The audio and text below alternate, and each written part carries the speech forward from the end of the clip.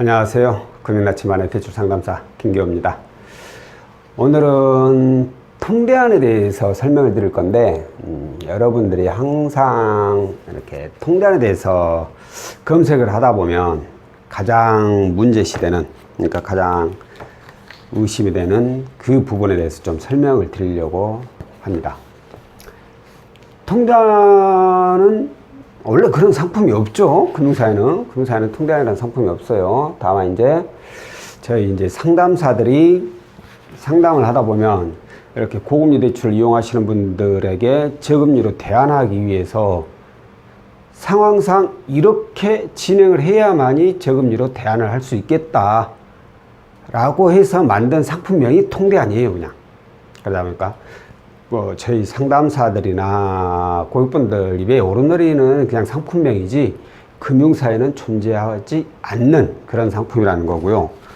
그런데 중요한 게 이런 통대안이란 상품에 대해서 설명을 듣고 인터넷 검색을 해보면 통대안 사기 해가지고 원금만 늘었네, 수수료만 날렸네, 이자가 더 높아졌네, 이런 정말 어마무시한 얘기가 나오죠.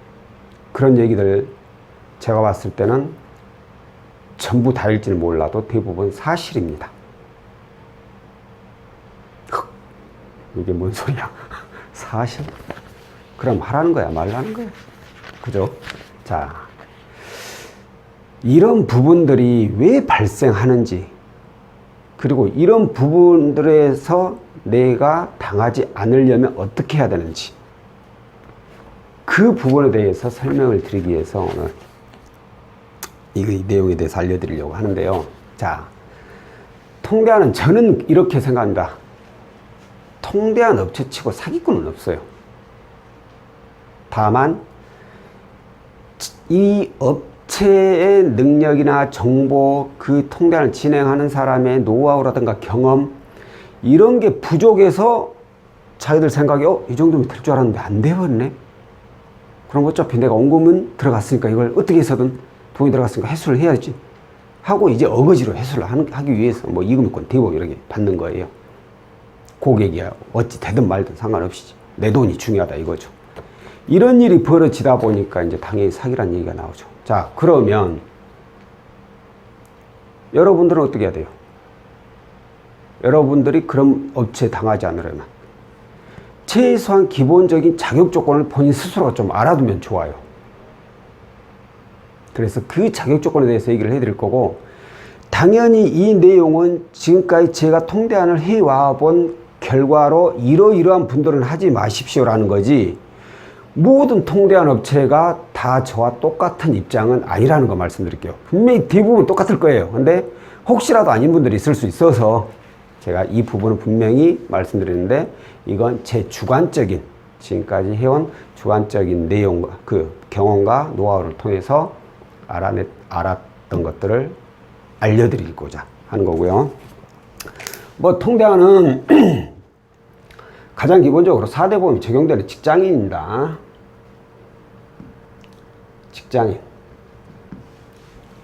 이 외에는 통대안은 어렵습니다.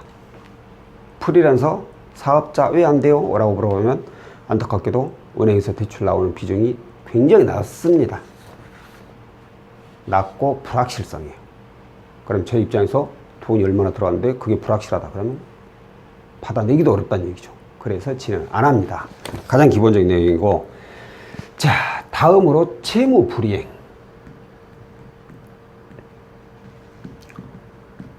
채무 불이행은 보통 연체를 3개월 이상 했을 경우에 남는 일인데, 이게 기간이 5년 가죠. 이 기록이. 그 안에는 통대안을 안 하는 게 좋습니다. 이유가 뭐냐? 채무 불이행 자체, 이 기록이 남는다는 것 자체가 모든 금융사한테 광고하는 거예요. 나 남의 돈 빌려가지고 연체했었어요. 안 갚다가 3개월 지나서 갚았어요. 어느 금융사에서 해주겠어요? 절대 안 해주죠. 또한 이 채무 불이행 이력이 남아서 5년이 지나서 다 이게 삭제가 됐다고 가정을 해요. 삭제가 되었더라도 이전에 그 연체했던 해당 금융사에는 진행을 안 해야 됩니다. 왜? 옆집에서 예를 들어서 도둑을 맞았어요. 근데 옆집 사람들은 그 도둑을 맞은 사람은 도둑 얼굴을 알아요. 하지만 그 옆집 사람은 몰라요. 그냥 도둑 맞은 줄만 알지. 그러고 나서 몇 년이 흘러서 다 잊어버렸어.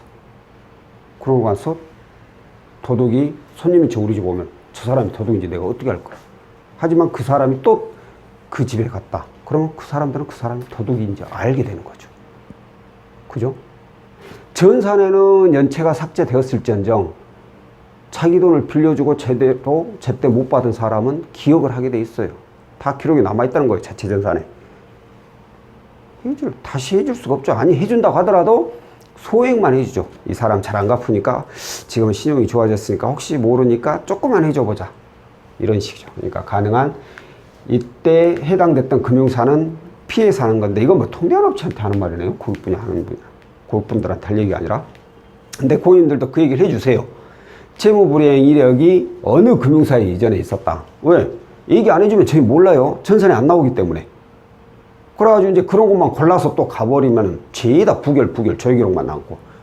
그러다 이금융권 되게 못 받으면 거기 문제 있는데요. 저 그때 이거 연체해가지고 여기 금융사건. 그럼 진작에 얘기를 해주세요. 안 물어보니까요. 이걸 누굴 탓해야 돼요. 그러니까 채무불이행 이력이 남아있는 분이라면 당연히 통장 신청하지 마세요. 남아있는 상황에서는 모든 금융사가 다 연체했던 기록이 있는 걸 알기 때문에 대출을 잘 안 해줍니다. 그래서 이상한 곳으로 흘러가게 되죠. 그리고 이게 삭제가 되었다고 하더라도 통대한 업체한테 저 어디 예전에 연체를 장기로 해가지고 갚은 적이 있는데 기록은 됐어요. 하지만 그 은행이 어디에요 라고 알려주세요. 자, 그리고 이제 채무 불이행 이력은 어찌 보면 이제 장기 연체죠. 그럼 이제 단기 연체 이력 있죠. 단기 연체. 단기 연체는 연체를 3개월 이하로 하신 분들. 이런 분들은 이제 기간이 3년이 가죠. 3년 동안. 자, 그런데 이분들에 비하면 비중이 좀 낮아요. 어떤 거냐. 채무 불이행 이력이 남아있으면 무조건 하지 말라고 했어요. 한 건이 두 건 의미 없어요. 하지 마세요. 근데 단기 연체 이력의 경우에는 1년 이내에 이력이 있다. 연체 이력이 있다. 그럼 하지 마세요. 이 역시도 쉽게 은행에서 대출 안 해줍니다. 그럼 1년 지나면 다 돼요? 그렇진 않아요. 일단 3년까지는 기록이 남으니까 3년까지는 아무래도 안 하는 게 좋고 정말 내가 지금 다급하고 이거 안 하면 연체하고 뭐 난리 나겠다. 그런데 연체했던 그 기록은 이미 1년이나 2년이 지났고 아직 기록은 남아있지만 1, 2년이 지난 후다. 그러면 그때는 상황에 따라서 이제 업체에서 진행이 되고 안 되고 합니다.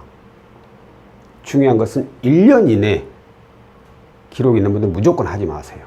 그리고 솔직히 뭐 여기 3개월이라고 하지만 1개월 이상 돼 있으면은 업체에서도 거의 정상적인 업체에서는 거의 취급을 안 합니다. 안 나올 확률이 높기 때문에 뭐 한 2년 전에 딱 한 달 정도 했다. 그러면 이제 뭐 고임 직군이라든가 연봉이라든가 가지고 있는 부채 내역, 금융거래 내역들 이런 것들을 보고 이번은 그래도 이 정도 부채 내역이면 충분히 가능성이 있겠다 해서 진행해 드릴 수는 있지만 그렇지 않고 뭐 한 달 뭐 이상, 2달, 뭐 3달 가까이 하고 그런 분들은 차라리 진행을 안 하는 게 좋습니다. 자, 그리고 다음으로 또 해야 될 부분이 이것은 저금리 비중. 자, 이건 딱히 비중에 대해서 제가 숫자를 집어넣기는 어려워요. 왜냐하면 직군이나 연봉, 부채 내역 이런 거에 따라서 달라져요. 근데 뭐 이건 단지 예입니다. 정확한 것은 상담을 통해서 알아보셔야 돼요. 단지 예예요. 예를 들어서 연봉이 5천이신 분이에요. 근데 가지고 있는 총 대출이 예를 들어서 뭐 8천이 있다고 쳐요. 8천 있어요. 근데 이 중에 은행 대출이 뭐 4천에서 5천 정도 있다. 그리고 비은행권에 뭐 4천에서 또 5천, 4천, 3천이죠. 3천 정도 있다. 비은행이나 뭐 고금리죠. 고금리하고 뭐 정부전자금 이런 거. 자, 이분은 통대안을 하는 게 좋을까요? 안 하는 게 좋을까요? 저희 쪽에 만약에 문의를 주셨다면 저는 이분 안 해드립니다. 통대안을. 왜? 바로 이 은행 비중 때문에. 연봉이 5천인 분이에요. 총 대출이 8천인데 은행이 4, 5천. 거의 연봉 대비, 아니 연봉만큼 은행에 있어요. 그러면 이분이 연봉보다 더 많은 대출을 받을 수 있는 직군은 공무원, 공기업, 그리고 대기업 정도. 이 직군 아니면 연봉보다 대출을 더 많이 받을 수 있는 직군이 그리 많잖아요. 뭐 코스피나 코스닥 상장업체는 연봉보다 더 많이 나오는 경우가 있는데 왜 그분한테도 추천을 안 드리느냐. 이거 다 상환해야 돼. 8천을 다 상환해요. 예를 들어서 은행 채무가 5천 있다고 쳐요. 은행 총 5천이야. 근데 이거 8천을 다 상환해. 그럼 연봉보다 은행에서 더 많이 난다니까 했는데 막상 바꿔보니까 6천 나와버려. 120% 나왔죠? 연봉보다 120% 6천만 원이면 1천만 원은 더 받았죠? 은행에서. 근데 그럼 나머지 금액은 어떻게 할 거야? 3천만 원. 6천이니까 2천. 뭐 수수료 포함하면 3천 정도 받아야 되죠? 3천은 어떻게 할 거야? 다 이거 묶고 하는 거야. 나 이거 묶고 3천인데 또다시 이거 묶고 나네. 은행 비중이 1,000만 원 늘긴 했는데 이거 묶고 비중이 똑같아 버려. 그 비용 때문에. 안 해야 되죠. 예를 들어 4천이다. 그래 봤자요. 단순히 2천 더 은행하고 나머지 2천은 또 이거 묶고 가는 거야. 그러면 문제가 비용 부담이잖아요. 비용. 이걸 다 제껴놨으니 8천에 대한 비용을 받을 거 아닙니까? 결국 따져보면 은행에서 더 나오는 건 1, 2천밖에 안 되는데 이건 안 해야죠. 비용 부담이 더 큰 거죠. 이것은. 이게 바로 이제 통대안 사기치면 가장 많이 나오는 게 원금만 늘어났어요. 그 얘기예요. 이게 원금만 늘어나는 거예요. 이 비용만. 이것 때문에 은행권 그대로고 이금융권 그대로 다시 받아버리고. 자, 이 경우를 대비해서 만든 게 이제 바로 부분대안이라는 거예요. 이게 무슨 뜻이냐. 자, 이 경우에 연봉이 5천인데 은행에 잠깐만요. 은행 예를 들어서 5천이 있어요. 그리고 이금융권에 3천이 있어. 이금융권이 아니라 고금리로 3천이 있어요. 그러면 이분 직군 예를 들어서 120%까지 연봉의 120%까지 나오는 분이다. 그러면 은행의 5천이 100%잖아요.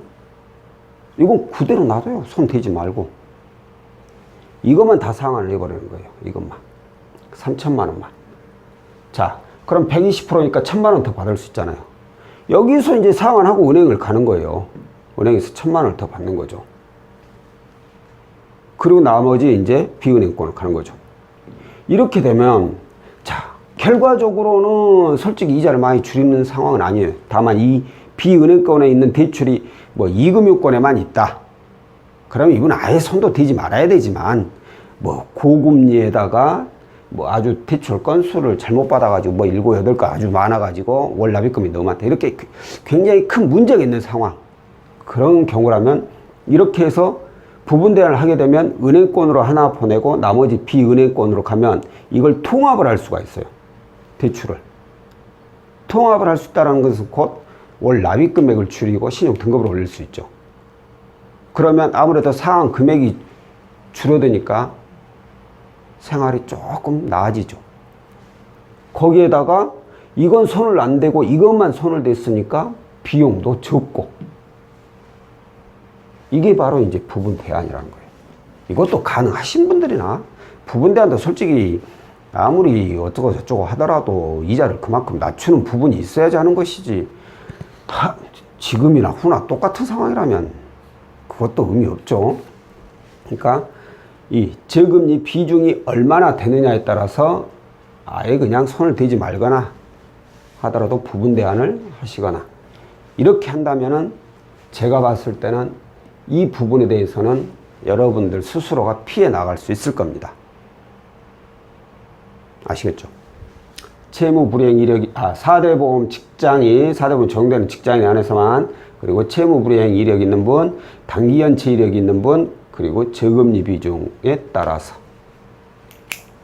최소한 이 정도 지식만 가지고 있다면 여기는 피해 가실 수 있을 거예요. 그리고 또한 이거 당하시는 분들 대부분은 정말 안타까운 분들이 당해요. 이게 무슨 얘기냐면 안 돼요. 제가 봤을 때는 안 되는 게 아니라 안 하는 게 맞아요. 저한테 상담 문의가 주셔가지고 고객님 하지 않으시는 게 좋아요. 이거 뭐 비용 포함하고 쭉 하면 현재보다 은행에서 대출 받을 수 있는 금액도 많지 않고 월 납입 금액이 뭐 그렇게 줄어드는 것도 아니고 괜히 원금만 늘어나니까 하지 마세요. 근데 당장 힘들어. 특히 가정을 꾸리고 있는 분들. 어떤 방법이라도 좀 지푸라기라도 잡아보려고 알아보다가 이제 이래서 충분히 가능합니다. 이거 이제 그래도 스스로도 의심을 합니다. 대부분은. 다른 데 다 안 된다는데 여기는 된다고 하는데 여기가 과연 될까 하지만 당장 너무 힘이 들고 뭐 안 하면 바로 문제가 생기니까 연체 생기고 어쩌고 하니까 그래서 그냥 진행하는 거예요. 하고 나니까 이 모양 만들어 놓은 거지 이제. 그래서 결국은 인터넷에 원금만 들어요. 통대하는 사기다. 수수료만 받아먹고 이전하고 이후하고 똑같다. 그런 얘기가 나오는 겁니다. 그러니까 뭐 그런 상황이 안 닥쳐보면 모르겠죠. 정말 힘든 상황을 닥쳐보지 않은 사람은 그분의 마음을 알 수는 없겠지만 힘든 상황일수록 좀 더 냉정해져야 돼요. 차라리 도저히 버틸 자신이 없다. 근데 알아봤는데 여기저기서는 안 된다고 하고 저기는 또 된다고 하네. 근데 의심스럽고. 그럼 차라리 개인의 생을 알아보세요. 저는 그게 차라리 낫다고 생각합니다. 자, 일단 오늘은 통대한 사기를 당하지 않는 법. 그래서 나 자신을 알라라는 뜻으로 자기 자신이 이 내용 안에 포함이 되어 있다면 일단은 의심의 눈초리로 항상 상담을 받아보고 나서 결정을 하시길 바랍니다. 자, 오늘은 여기까지고요. 다음번엔 또 다른 상품으로 찾아뵙도록 할게요. 고맙습니다.